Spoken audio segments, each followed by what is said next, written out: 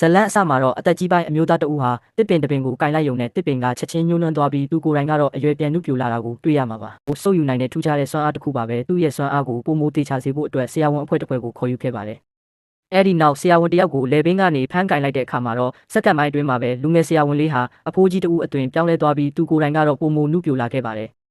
ဒါကိုကြည့်နေတဲ့ဘေးကလူတွေအားလုံးဟာထိတ်လန့်တုန်လှုပ်သွားကြပါတယ်။လိမ္မော်ရောင်ဝတ်စုံနဲ့လူငယ်တဦးဟာကွင်းအလဲကိုကောင်းကင်ကနေခုန်ဆင်းလာပြီးပရိသတ်တွေရှေ့မှာပေါ်လာပါတယ်။သူဟာဘီတက်ကလထိုင်နဲ့အကျော်တည်နေတဲ့လူငယ်တဦးနာကိုချင်းကပ်သွားပါတယ်။သူ့ရဲ့လက်ကိုအဲ့ဒီလူငယ်ရဲ့ဒူးပေါ်တင်လိုက်တဲ့အခါမှာတော့အံ့ဩစရာကောင်းအောင်ပဲခြေထောက်တွေကပြန်လဲတက်ဆွမ်းလာပြီးအကျော်တွေပြန်တက်လာတာကိုမြင်တွေ့ရမှာပါ။ဒါဟာရှေ့ကအဖိုးကြီးလုပ်ခဲ့တဲ့စုပ်ယူခြင်းနဲ့ဆန့်ကျင်ဘက်ဖြစ်တဲ့ပြန်လဲကုသခြင်းစွမ်းအားပဲဖြစ်ပါတယ်။နောက်ထပ်လူတစ်ယောက်ဟာလည်းသူ့ရဲ့ခန္ဓာကိုယ်မှာရှိနေတဲ့မီးလောင်တန်ရာအမာရွတ်တွေကိုပြသပြီးအကူအညီတောင်းခံပါတယ်။ဒီလူငယ်ကပဲသူ့ရဲ့လက်နဲ့ထိတွေ့လိုက်တဲ့အခါမှာတော့တကိုယ်လုံးကအမာရွတ်တွေဟာမျက်လက်ပြသလိုချက်ချင်းပြောက်ကွယ်သွားပြီးအသားအရည်တွေပြန်လဲကောင်းမွန်လာပါတယ်။